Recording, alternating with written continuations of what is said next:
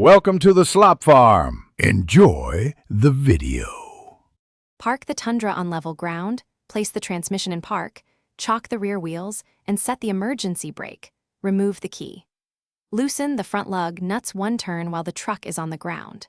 Position a hydraulic jack under the frame crossmember and raise until the wheel clears the ground by about 3.5 inches.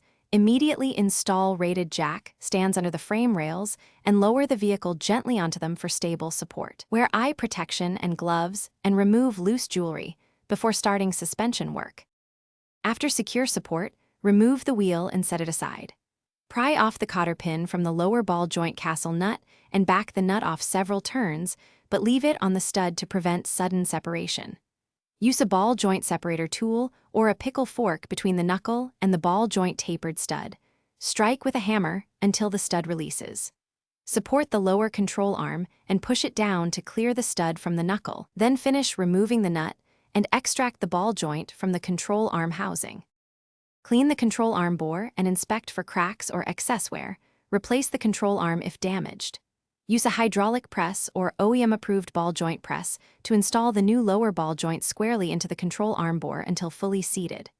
Reconnect the ball joint stud to the steering knuckle, tighten the castle nut to the manufacturer specification with a calibrated torque wrench, and insert a new cotter pin.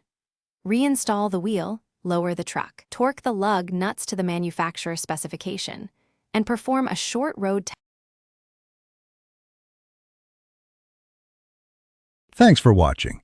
Consider subscribing if we helped you today.